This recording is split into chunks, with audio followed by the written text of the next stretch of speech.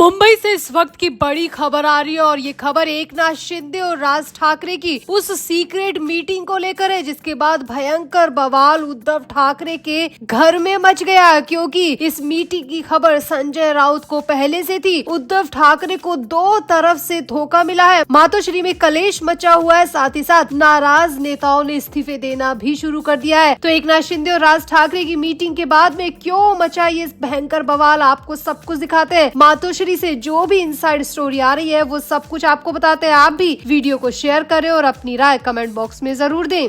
तो महाराष्ट्र की सियासत में एक बार फिर से हलचल तेज हो गई है। पिछले महीने हुए बीएमसी चुनाव में करारी हार के बाद महाराष्ट्र नवनिर्माण सेना प्रमुख राज ठाकरे ने हाल ही में महाराष्ट्र के उप मुख्यमंत्री एकनाथ शिंदे से उनके घर पर मुलाकात की है। जी हाँ, एकनाथ शिंदे के आवास नंदन वन में ये मुलाकात हुई है। नंदन वन में खुद राज ठाकरे पहुंचे और उन्होंने वहां पर जाकर एकनाथ शिंदे से मुलाकात की। हालांकि इस मुलाकात को पहले काफी सीक्रेट रखा गया, लेकिन मीडिया के इस दौर में सीक्रेट रखना थोड़ा मुश्किल काम है और जैसे ही मुलाकात की खबरें और तस्वीरें बाहर आई वैसे ही बवाल खड़ा हो गया। बीएमसी चुनाव के बाद दोनों नेताओं की ये पहली मुलाकात है, जिसने राजनीतिक गलियारे में कई सवाल खड़े कर दिए हैं। अब शिंदे के नेतृत्व वाली शिवसेना के एक पदाधिकारी के मुताबिक मुलाकात के दौरान दोनों नेताओं के बीच राज्य की मौजूदा राजनीतिक स्थिति और स्थानीय निकाय से जुड़े विभिन्न मुद्दों पर चर्चा हुई। हालांकि बैठक के एजेंडे को लेकर आधिकारिक तौर पर ज्यादा जानकारी सामने नहीं आई, लेकिन इस मुलाकात को बेहद अहम माना जा रहा है। ये बैठक ऐसे वक्त में हुई है जब मनसे के बड़े नेताओं ने बीएमसी चुनाव के दौरान शिवसेना उद्धव ठाकरे गुट से अपेक्षित सहयोग न मिलने के कारण खुलकर नाराजगी जाहिर की थी। ऐसे में राज ठाकरे का एकनाथ शिंदे से मिलना सियासी समीकरणों में बदलाव का संकेत भी माना जा रहा है। राज ठाकरे ने कल्याण डोंबिवली में शिवसेना शिंदे गुट को अपना समर्थन भी दिया था, जबकि चुनाव उद्धव ठाकरे के साथ मिलकर लड़ा था।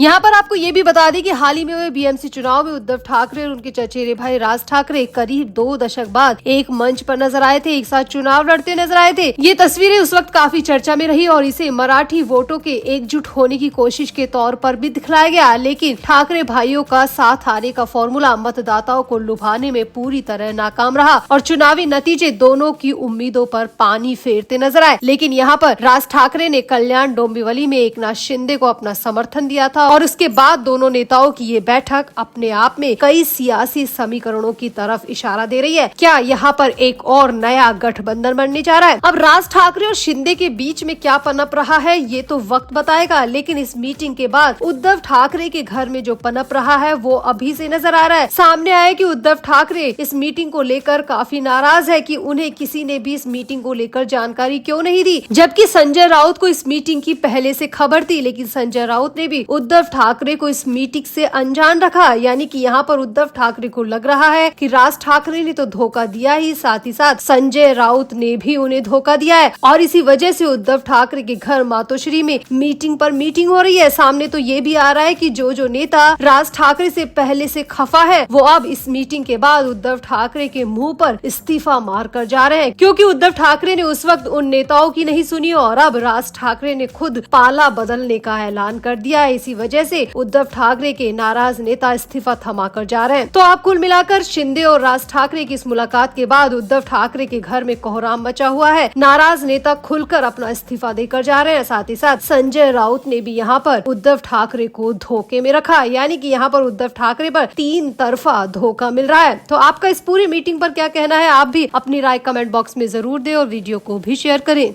तो अजित पवार के निधन के बाद उनकी पार्टी एनसीपी में कई बड़े बदलाव हुए हैं। अजित पवार के बाद में सुनेत्रा पवार को डिप्टी सीएम बनाया गया है और अब पार्टी की कमान भी सुनेत्रा पवार के पास ही जाती दिख रही है। इसी को लेकर अब लगता है पार्टी के उन सभी नेताओं को दिक्कत होने लगी है जो कि सालों से अजित पवार के साथ काम कर रहे थे और वो कहीं ना कहीं डिजर्व करते थे पार्टी की कमान अपने हाथ में लेना। लेकिन अब सुनेत्रा पवार के पास पार्टी जा रही है तो लगता है कि इन नेताओं को दिक्कत ताकत होने लगी है और ये पार्टी के बड़े फैसलों में अपनी टांग अड़ाने लगे हैं और बगावत भी करने लगे हैं। दरअसल सुनील तटकरे ने हाल ही में एक ऐसा बयान दिया है जिसके बाद तो लगने लगा है कि सुनील तटकरे के मन में भी बहुत कुछ चल रहा है। सुनील तटकरे ने हाल ही में मीडिया से बात करते हुए कहा कि अगर किसी को वो विलेन लगते हैं तो उन्हें जो भी लगता है लगने दे, लेकिन उन्होंने जो भी किया है वो पार्टी के हित में किया है। सुनील तटकरे ने यहाँ पर साफ साफ कहा कि वो कई लोगों को विलेन लगते हैं। विलेन शब्द अपने आप में बहुत बड़ा होता है और सुनील तटकरे ने इस शब्द का खुद के लिए इस्तेमाल किया कि लोग उनके बारे में ऐसी छवि बना रहे हैं। तटकरे ने आगे कहा कि उन्होंने अपना कर्तव्य पूरी जिम्मेदारी से निभाया है। साथ ही साथ कहा कि शरद पवार के साथ मर्जर को लेकर भी उन्होंने हमेशा सही और स्पष्ट राय पार्टी के सामने रखी है, लेकिन लगता है कि उनकी ये सही और स्पष्ट राय, सही और स्पष्ट सोच उनको विलेन बनने के कगार पर लेके जा रही है, उनकी छवि को विलेन बना रही है। लेकिन सुनील तटकरे ने कहा कि मेरा यहाँ पर कोई भी लालच नहीं था, मैं सिर्फ पार्टी का हित चाहता था और जो भी सलाह सुझाव मैंने दिए वो पार्टी के हित में दिए। सुनील तटकरे ने यहाँ पर बड़ा खुलासा करते हुए कहा कि पार्टी के कुछ लोग चाहते हैं कि शरद पवार के साथ मर्जर कर दिया जाए और इसके पीछे सबसे बड़ी वजह अजित पवार की इच्छा को बताते हैं। लेकिन मैं यहाँ पर ये साफ साफ बता देना चाहता हूँ कि अभी हमारे पास किसी प्रकार का कोई औपचारिक प्रस्ताव आया ही नहीं है। यदि किसी को विलय करना है तो वो पहले हमें प्रस्ताव भेजेंगे, उस पर हम विचार करेंगे, फैसला करेंगे। लेकिन शरद पवार की पार्टी की तरफ से आज तक हमें मर्जर का कोई प्रस्ताव नहीं आया है। ये सिर्फ ढकोसलेबाजी है, मीडिया के सामने कुछ बयान दिए जा रहे हैं, लेकिन सच्चाई यही है कि विलय करने को लेकर आज तक शरद पवार की पार्टी की तरफ से उनके पास किसी भी तरह का औपचारिक प्रस्ताव आया ही नहीं है। यानी कि यहाँ पर तटकरे ने साफ कर दिया कि शरद पवार की पार्टी की तरफ से उनकी पार्टी को प्रस्ताव मिला ही नहीं, और अगर प्रस्ताव मिला ही नहीं तो विलय की बात तो दूर दूर तक नहीं की जानी चाहिए। सुनील तटकरे ने कहा कि मैं अपनी पार्टी के नेताओं को यही समझाने की कोशिश कर रहा हूँ कि जब तक हमारे पास प्रपोजल नहीं आ जाता तब तक हम इस बात को कैसे कह दे कि शरद पवार की पार्टी हमसे विलय करना चाहती है। सुनील तटकरे ने यहाँ पर यह भी कहा कि खुद शरद पवार इतनी उम्र दराज है, लेकिन उन्होंने अजित पवार के जाने के बाद में ये बयान देकर सबसे ज्यादा तकलीफ अजित पवार को ही पहुंचाई है। उन्होंने ये कह दिया कि 12 फरवरी को अजित पवार खुद दोनों पार्टी के विलय का ऐलान करने वाले थे। सुनील तटकरे ने कहा कि ऐसा कुछ भी नहीं था, कभी भी नहीं था। मीटिंग्स की बात जबरदस्ती बयान में डाली गई है, ऐसा कुछ भी नहीं था। किसी भी तरह का ऐलान अजित पवार करने वाले ही नहीं थे। अब यहाँ पर सुनील तटकरे ने मर्जर की बात को साफ साफ इनकार कर दिया और कह दिया कि ना उन्हें प्रस्ताव मिला है और जो भी बयान अब तक दिए गए वो पूरी तरीके से फेक बयान थे, उनमें किसी भी तरह की सच्चाई नहीं थी। यहाँ पर सुनील तटकरे ने शरद पवार गुट के ही विधायक रोहित पवार को बड़ा समर्थन किया है। तटकरे ने कहा कि रोहित पवार अजित पवार के निधन पर जो भी बात कर रहे हैं, जो भी मुद्दे वो पहले उठा चुके हैं, जो भी प्रश्न वो उठा रहे हैं, उन सब का जवाब मिलना चाहिए, क्योंकि उनके प्रश्न वाजिब है और उनके वाजिब प्रश्नों का जवाब हम भी चाहते हैं।